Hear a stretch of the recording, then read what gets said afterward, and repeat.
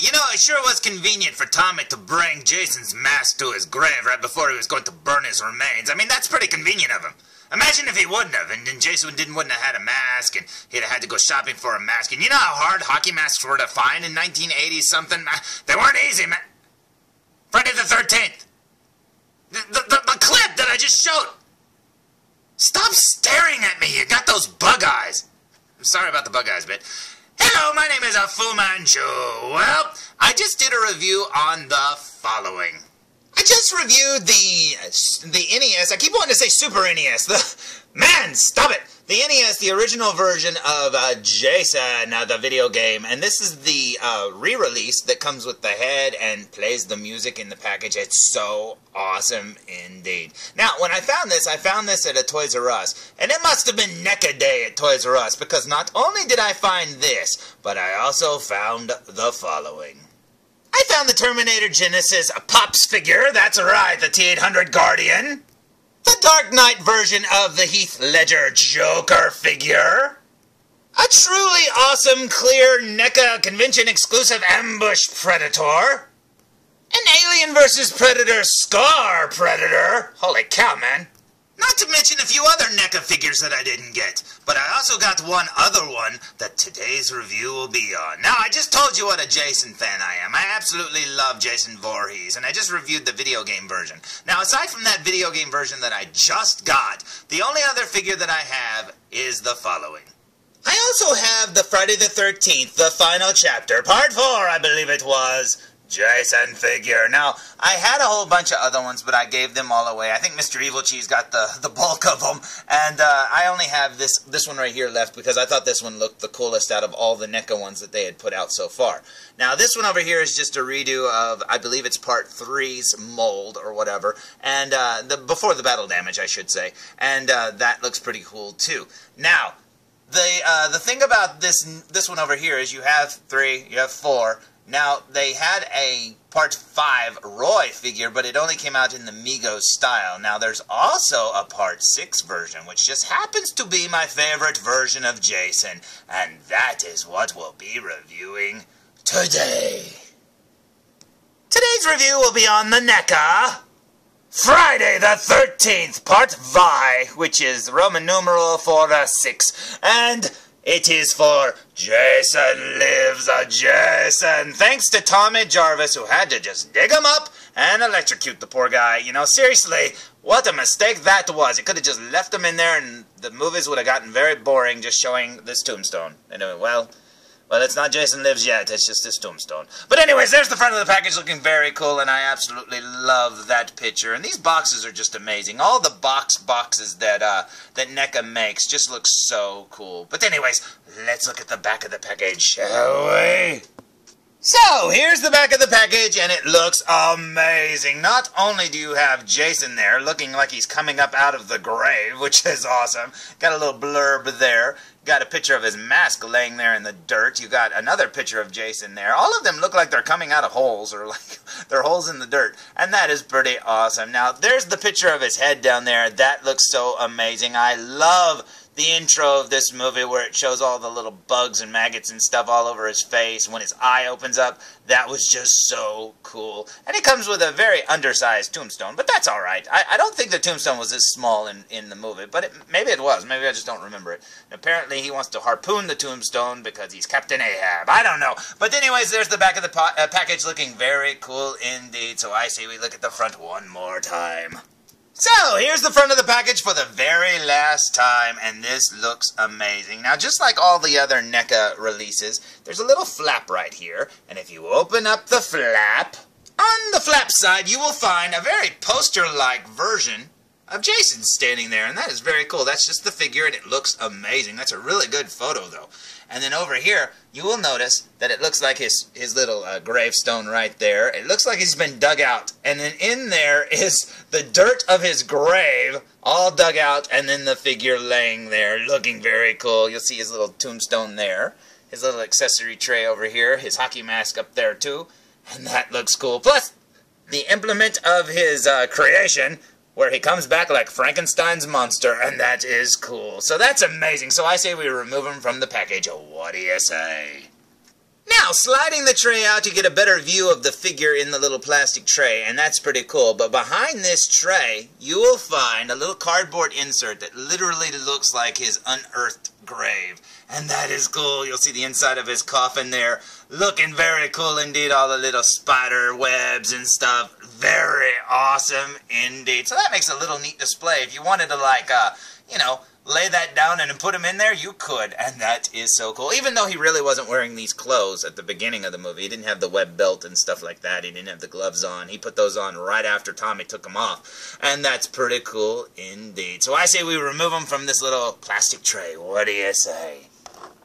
Now here's Jason fresh out of the package doing his best Eddie from Iron Maiden impression, and that looks amazing. He kind of looks like a cross between Eddie from Iron Maiden and Swamp Thing. I don't know. He looks pretty cool to me. I do wish they would have given his brow, especially over his right eye, more of an evil, brow kind of glaring down look. But that's alright. I mean, usually you're only going to see this covered by a hockey mask anyways, and that looks pretty cool. So I still like it a lot. And then down here you'll see his green, looks like an army shirt almost, but it's just, a green shirt, work shirt. He's got his little webbing belt there with the machete sheath there. Then he's got the little throwing knives and dart pouches over here. He's got his Rambo knife, survival knife holster. Whoa, he's falling over. And that right there leads me to a gripe. I'm sure it's just mine, but mine has very wobbly crotch part of his legs there where his hips meet or whatever, and his head's kind of wobbly too. Not really noticeable. If you get it in the right position, it'll stay okay, but it's a lot more looser than any other Neca Jason I've ever gotten. But that's okay because it looks still amazing. And honestly, the day I found this one, it was the only one on the shelf, and I don't mind as long as I've got it. But anyways, there's the figure there. He's wearing Tommy Jarvis's work gloves there that he used to dig up the grave. Very cool. I love the tattered parts of his pants there at the bottom. That looks so cool. I love it. It's got little blood stains and stuff like that, and he looks amazing. Over here, look at the back of his head. He's seen better days. See if he's got that cut. Well, see how loose he is? He's just flopping all over the place. Over there, you got some battle damage, looking very cool indeed. But yeah, he's got really good articulation. It's just the fact that he's kind of loose. His head will stay in position. His legs will stay in position. As long as you don't move him around like I'm doing, trying to spin him and stuff, he just kind of flops around a little bit. That's okay. I still like him a lot. Now, you're probably saying, hey, what did he come with? Well, he came with his signature hockey mask, looking very cool indeed. Came with an extra holding hand, which is kind of weird because that hand there looks a lot like that hand there. Now, that one's got the hole, I'm assuming, for the rod. This one down here is probably for the machete and the knife, so that probably makes sense. Then over here, you've got his little tombstone, which it is pretty little. Comparatively to the figure, but it still looks pretty cool. I don't know how big it was in the movie. Maybe it wasn't very big at all. And then down here you have his Rambo knife, which looks amazing. Over here you have his machete, looking very cool. Not blood-stained, which is weird. And then over here you will find two rods that make up the post from the fence that electrocuted him back to life, but you have to put them together. And once you do that, then, as Zombie Cat says, you can have a weed whacker, which is pretty cool indeed. So, here we go with a super duper close-up look, and if you look there, he does not have the paintball splatter yet, because the paintball splatter was right about there where the buttons are. And I guess you could pretend these are over here, but these are just blood stains. He should have like a bright red stain right there, but that's okay, because it's pre-paintball stain, which kind of doesn't make sense, does it? Because did he have that? I think he took that right after or right before, so maybe he took that right before, but it would literally be right before. Very cool indeed. I love the battle damage to his shirt there, the little rips and stuff that are sculpted in. Very cool. Then you get up here to his neck, and he's starting to look like Freddy Krueger a little bit. And then right there's the Eddie from Iron Maiden mouth, looking very cool. He's got no nose. He's got a really cool eye. The eye looks a lot better close-up than I thought it did. I thought he kind of had a look on its face, but you know what? He does look evil there, and that looks awesome. This eye over here has seen better days, since that's where the machete cut into his head in the prior movie. Very cool. And then up here you'll see a little bone from his skull poking out, and the machete knife wound up there. Very cool indeed. That looks amazing. Now, before we put his hockey mask on, let's look at the rest of his clothes here. You'll see his sleeve of his arm. Very cool. Working our way down. I love that they actually gave him the detail on the wrist there and that rotted flesh color and stuff. That is awesome. They could have cheaped out and just had that skin color or just had the gloves meat. And you know what? That is awesome. I love that little detail there. Very good, Neca. I love it. There's his work gloves that he stole from Tommy, like I said. His work belt over there. He's got his little dart things. If I can turn him without him falling over. His little throwing knife thing there with the little, I don't know what those are, strings coming off of him. Got his Rambo sheath over there. Yeah, I can totally not move him like that with one hand because he wants to fall over. He flops around a lot. But anyways, there's his wrist. There's his other work glove, looking very cool indeed. Working our way down his leg, you'll see some little blood stains and stuff. Very cool. And like I said, if I can pick him up, come here, you. I absolutely love the tattered pant legs. Those look so good. So good. That's just a cool little detail, and I love it. So, here's a close-up of his hockey mask. You'll see the hint of the axe wound or whatever up there. Very cool, or machete cut, I can't remember. And I believe that was the axe wound, and then the machete cut was through the eye or whatever later. And that is pretty cool indeed. Now, if you compare this one here to the one that came with the final chapter version, you'll see that the axe wound or whatever is a lot thicker. And then you can see the little chevrons there are rubbing off. Very cool indeed. But yeah, I don't know if this is the same exact sculpt. But let's see what it looks like on his face. What do you say? Now, here's the mask on his face. Now, one of the details that I forgot about is if you look there, his eyes are actually blacked out so you can't see them. And that is awesome because you never really saw Jason's eyes that much in the movies. And I think that is so cool. And I forgot all about that detail, so of course this is a new sculpt for the mask, and that is awesome. But yeah, comparing it to the final chapter version, you can see right through the eye holes, and that is cool too.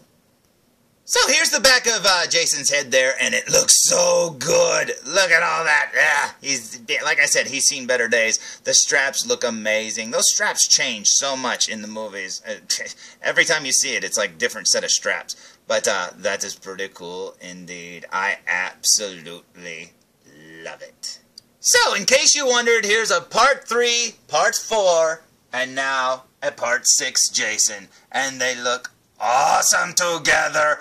This looks so amazing. If I can get a Roy and squeeze him in right there, hopefully in this form, not in a Mego clothes form. I hope they make a Roy to go in the middle there. That would look awesome. And you know what? They're just going to keep going and making them better and better because Jason only got more and more better looking as the movies went on. More and more mangled, and I love it! So there's my review of the Neca Friday the 13th Part 6, Jason from Jason Lives. And you know what? He is amazing. And Neca is doing such a great job with these Jason figures, the Freddy figures, Terminator figures, all of them. And I hope they just keep making more and more because there's so many iconic looks that Jason had over the years. And I just hope they just keep making more and more and more of them. So, until next time, tune in for more Foo Reviews! Come here, felzbug, come here. You know, Zombie Cat told me that this is a weed whacker or something. I don't know how to make it work. Can you make me, help me out here? Oh gosh, it's so big. Okay, try to turn it on. Turn it on!